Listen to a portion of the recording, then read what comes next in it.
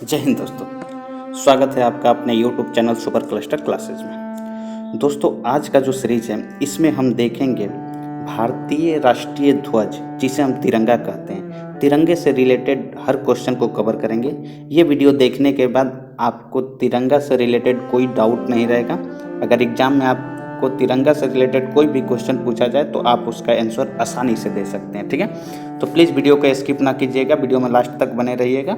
एक भी क्वेश्चन आपका नहीं छूटेगा और जितना भी तिरंगा के विषय में क्वेश्चन बन सकता है उसको हम कवर करेंगे इस वीडियो में। शुरू करते हैं आज का पहला क्वेश्चन। आज का पहला क्वेश्चन है हमारा, भारत का राष्ट्रीय ध्वज कितने रंगों से मिलकर बना होता है? आपके ऑप्शन है ए नीला, हरा और सफ़ेद, बी हरा, लाल और सफ़ेद, सी नीला, पीला, नारंग और नारंगी, डी केसरिया, सफ़ेद और हरा। इसका सही जवाब हो जाएगा ऑप्शन डी, केसरिया, सफ़ेद और हरा। ठीक है, चलिए दूसरा क्वेश्चन देखते हैं सीरीज का। राष्ट्रीय ध्वज के अशोक चक्र में कितनी तिलियां हैं? ये क्वेश्चन बहुत बार पूछा जाता है। आपके ऑप्शन हैं ए 20, बी 23, सी 24, डी 25। इसका सही जवाब हो जाएगा ऑप्शन सी 24, यानी कि अशोक चक्र में कुल 24 तिलियां होती है। नेक्स्ट क्वेश्चन है हमारा, भारत के वर्तमान राष्ट्रीय ध्वज का डिजाइन किसने तैयार किया था? ये तो आप लोग वीवीआई में नोट कर लीजिएगा। ठीक है, ये वीवीआई में ये क्वेश्चन बहुत बार रिपीट होता है।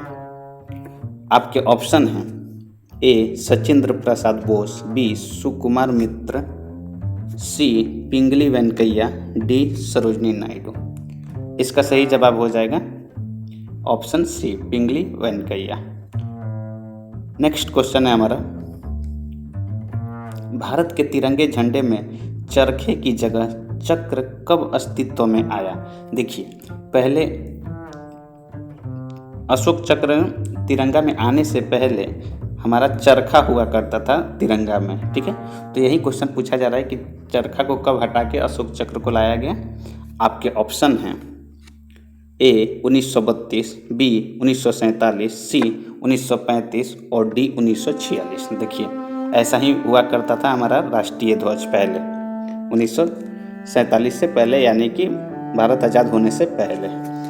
इस क्वेश्चन का सही जवाब हो जाएगा ऑप्शन बी 1947।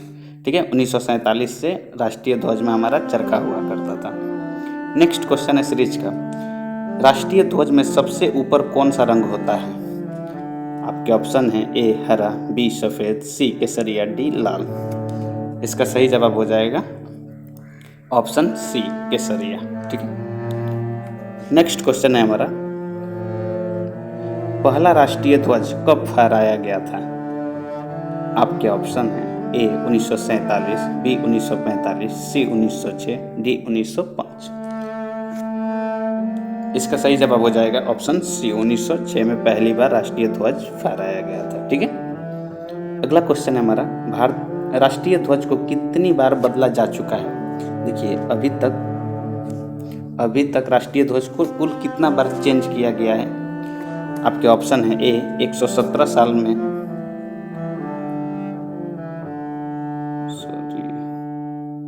117 साल में अब तक कुल 6 बार, 117 साल में अब तक कुल 5 बार, 117 साल में अब तक कुल 8 बार, 117 साल में अब तक कुल 4 बार। इसका सही जवाब हो जाएगा ऑप्शन ए, 117 साल में कुल 6 बार राष्ट्रीय ध्वज को बदला गया है, यानी कि अभी तक 1906 से लेकर अभी तक कुल 6 बार राष्ट्रीय ध्वज को बदला गया है। ठीक, चलिए नेक्स्ट क्वेश्चन है,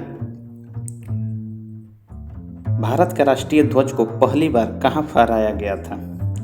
आपके ऑप्शन है ए कलकत्ता, बी दिल्ली, सी गुजरात, डी उत्तराखंड। इसका सही जवाब हो जाएगा ऑप्शन ए, कलकत्ता।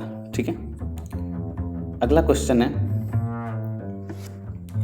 देश का दूसरा झंडा कब प्रस्तावित किया गया? पहला तो फहराया गया था 1906 में। अब बोला जा रहा है कि दूसरा जो है वो कब प्रस्तावित किया गया कि दूसरा झंडा लाया जाए? 1907। आपके ऑप्शन है ए 1907, बी 1904, सी 1927 और डी 1906। इसका सही जवाब हो जाएगा ऑप्शन ए 1907।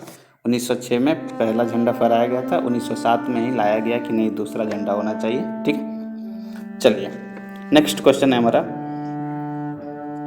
राष्ट्रध्वज में सफेद रंग किस चीज का प्रतिनिधित्व करता है? आपके ऑप्शन हैं ए शांति, बी साहस, सी बलिदान, डी समृद्धि।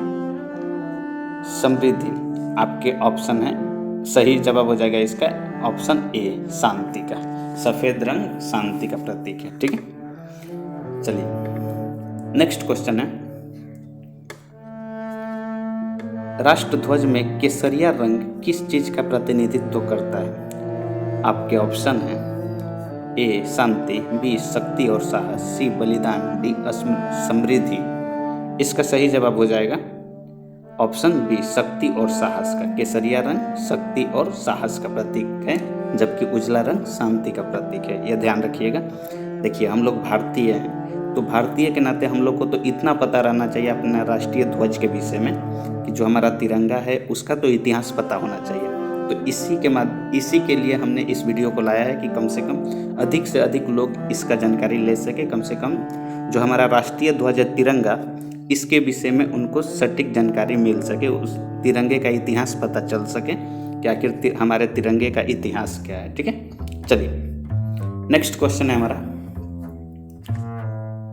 राष्ट्रध्वज में हरा रंग किस चीज का प्रतिनिधित्व करता है? आपके ऑप्शन है ए उर्वरता वृद्धि और भूमि की पवित्रता, बी उर्वरता, सी भूमि की पवित्रता, डी वृद्धि। इसका सही जवाब हो जाएगा ऑप्शन ए उर्वरता वृद्धि और भूमि की पवित्रता। ठीक है, नेक्स्ट क्वेश्चन है,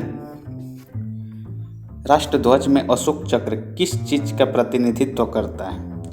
आपके ऑप्शन है ए उर्वरता वृद्धि और भूमि की पवित्रता, बी कानून के पहिए का प्रतिनिधित्व करता है, सी शक्ति, डी धर्म।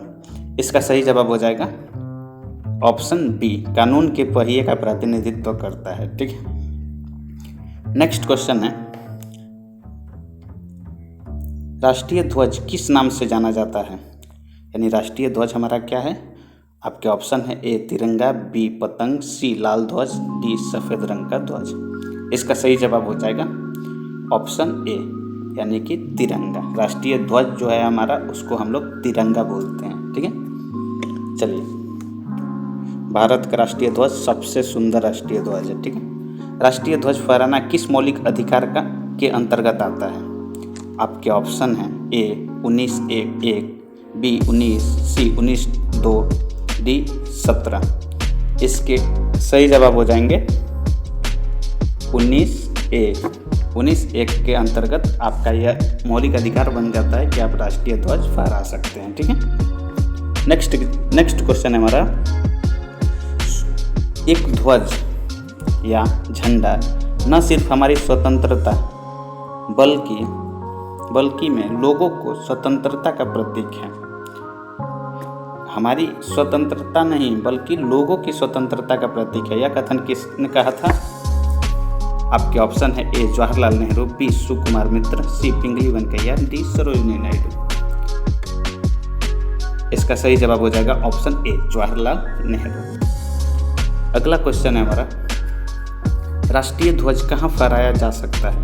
यानी हम लोग राष्ट्रीय ध्वज को कहाँ कहाँ फहरा सकते हैं? आपके ऑप्शन है ए राष्ट्रपति भवन में, बी संसद भवन में, सी आम लोगों के घरों पर, डी उपरोक्त सभी जगह। इसका सही जवाब हो जाएगा ऑप्शन डी उपरोक्त सभी जगह, यानी कि राष्ट्रीय ध्वज हम कहीं भी फहरा सकते हैं। ठीक है, चलिए नेक्स्ट क्वेश्चन है, हमारे राष्ट्रीय ध्वज की लंबाई और चौड़ाई का अनुपात कितना है? याद रखिएगा, ये बहुत VVI क्वेश्चन में, इसको याद रखिएगा।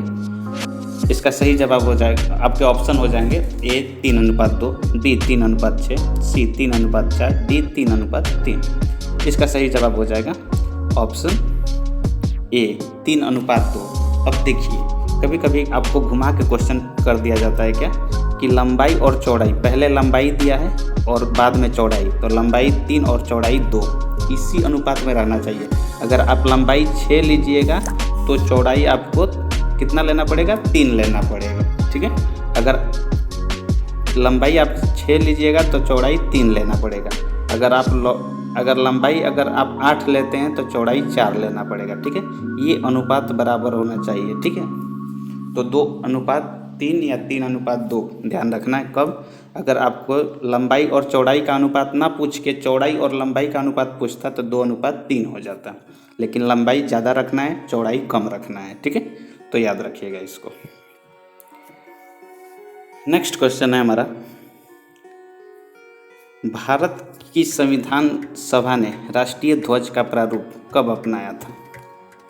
आपके ऑप्शन हैं ए 22 जुलाई 1947, बी 15 अगस्त 1947, सी 26 जनवरी 1947, डी 20 नवंबर 1947। यहाँ पे मिस प्रिंट हो गया, ठीक है।